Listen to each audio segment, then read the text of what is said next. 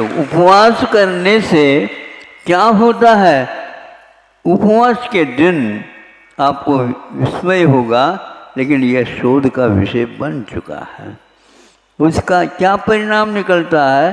परिणाम यह निकलता है कि जिस दिन उपवास करता है उस दिन उसके पेट में कुछ ऐसे तत्व रहते हैं नसों इत्यादि में, वह उस दिन बाहर आ जाते हैं।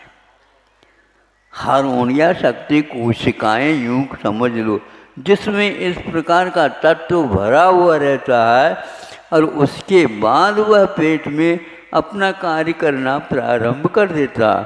24 घंटे में उसमें इस प्रकार का परिवर्तन होता है और पुनः वह अपने अपने स्थानों तक पहुंच जाते हैं। आप आहार कर लेते हैं, इसलिए वो कहते हैं कि नहीं, हमारा औषध उपवास के दिन ही काम करता है। यह सिद्ध हुआ। तो यहाँ जापान में अभी शोध किया गया है कि कोई व्यक्ति यदि कैंसर के ऊपर कुछ चिकित्सा करना चाहता है, उसको और कुछ भी नहीं करना है, उपवास की परंपरा को अपने जीवन में स्थान देना, इससे ठीक होगा। क्या होगा इससे? तो ये ध्यान को, जो वो कोशिकाएं जो कैंसर की भूमिका को अदा करती है, वो सारे सूख जाएंगे। वह सूख जाएंगे तो अपने आप ही बीज के अभाव में जैसा पौधा नहीं अंकुरित होता है, उसी प्रकार वह चीज़ है। और ऐसे यह प्रयोग वहाँ पर रात दिन नए नए होते ही चले जा रहे हैं। एक और है कि जो उपवास की चिकित्सा में उन्होंने चिकित्सा कैसे की है, 50-50, 30-30, 20-20 उपवास के साथ उस मरीज को ठीक करने का वह उपक्रम लिया है। यह किताब आज से लगभग 90 वर्ष पूर्व में प्रकाशित हो गई थी। वह योग से इसी महाराष्ट्र के किसी स्थान में पुस्तकालय में वो किताब मिली। मिलते ही हमने कहा ये बहुत ही उपयोगी वस्तु है, उसका प्रकाशन करवाए। इसको देख करके कि आयुर्वेद के जितने भी वैद्य हैं या शोध छात्र हैं और भी शोध कराने वाले हैं, इसको लेकर के चले गए। ये तो बहुत महत्वपूर्ण वस्तु है। इस प्रकार इतिहास में ये सारे आपको उपलब्ध होंगे। इसके अध्ययन करना तो भारतीय व्यक्तियों का काम ही नहीं। ये सुनते हैं कि जब यहाँ से पुस्तकें, शास्त्र आदि चले गए, हजारों खच्चरों के ऊपर इनको लाद करके जापान और जर्मनी देशों ने इसका उपयोग किया है। आज भी उनके यहाँ इसके बारे में, संस्कृत के बारे में अवश्य ही अनुसंधान और विश्लेषण आदि चालू है। लेकिन आप लोगों ने उनको इतने पुस्तकों का क्या किया? रद्दी में बेचा है। अच्छा लगता है क्या? मतलब आपको चाहिए ही पैसा, कहीं से भी आ जाए पैसा। रद्दी के मान करके उन्होंने लिया। रद्दी में इस प्रकार की किताबें मिलती हैं, उसको भी वो लेकर के गए और यहाँ शोध किया। आज भी सुनते हैं कि तत्वार सूत्र के ऊपर एक बहुत दुर्लभ टीका लिखी गई थी, जो कि स्वामी समंतभद्र महाराज जी का वह ग्रंथ है। इसको वह लिखा है, किंतु उस शास्त्र को लिखने से पूर्व में देवागम स्तोत्र को उन्होंने मंगलाचरण के रूप में प्रस्तुत किया है, ऐसा कहा जाता है। गुरु जी के मुख से हमने एक दो बार इसको सुना, किंतु उसके खोज करने के उपरांत भी आज तक उपलब्ध नहीं हुआ। हम लोगों का इतना तेज पुण्य कहाँ है, तो जनवरी सुरक्षित कहीं न कहीं रखी होगी, लेकिन हम पुण्यवान होते अवश्य वह मिलता। किंतु 2000 वर्ष पूर्व में स्वामी सुमंतभद्र जी लिखा है, ऐसा सुनने में आया है। अधिगम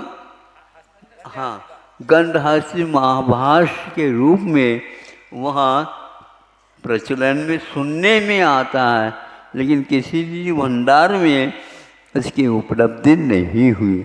देश विदेशों में भी छाना गया है, बड़े बड़े पुस्तकालयों में भी उसकी कोई उपस्थिति नहीं मिली। वो तो उस समय यहाँ लुट रहा था, उस समय उन लोगों ने उसको लेकर के गए, उसका उपयोग किया है। इसलिए उसमें एक और चीज़ बताई थी गुरुजी ने, उसमें पशुओं की बोली में भी कुछ संकेत मिलते हैं। इसका क्या अर्थ होता है, तो जिस प्रकार की आवाज़ करेंगे तो पशु सोचेगा मेरे से ये बोल रहा है। ध्वनि मात्र निकालते हैं तो भी उनको ज्ञात हो जाता है। बहुत सारी विद्याएं थी, आज वह विद्याएं लुप्त होती जा रही है।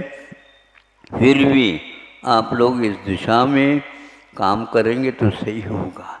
यदि इतने विश्वविद्यालयों में हिंदी को लेकर के कोई शोध करेगा तो आप सोचो, आपके यहाँ एक विश्वविद्यालय नहीं इस प्रकार काम करने वाला, और वहाँ पर इस 33 विषयों के ऊपर अनुसंधान सहित यह विषय पुष्ट हो रहा है।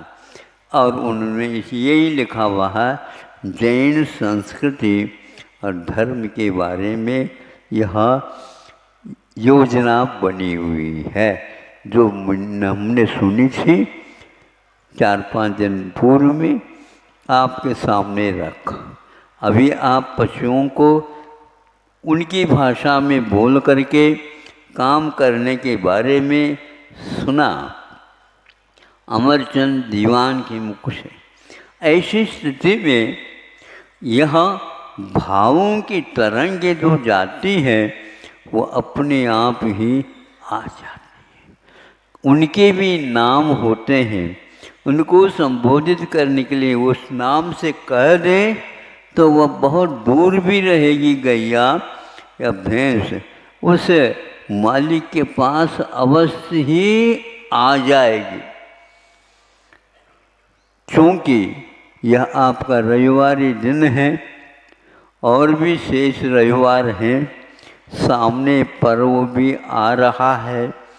अब यहाँ पर व्यवस्था को आप देख रहे हैं, ऊपर से भी वह व्यवस्था हो रही है। प्रतिदिन 8-8 दिन हो गए, प्रतिदिन वह वर्षा होती है। सुनते हैं यहाँ पर इस इलाका में पानी की मात्रा कम है, लेकिन यहाँ पर पानी ही पानी हो रहा है।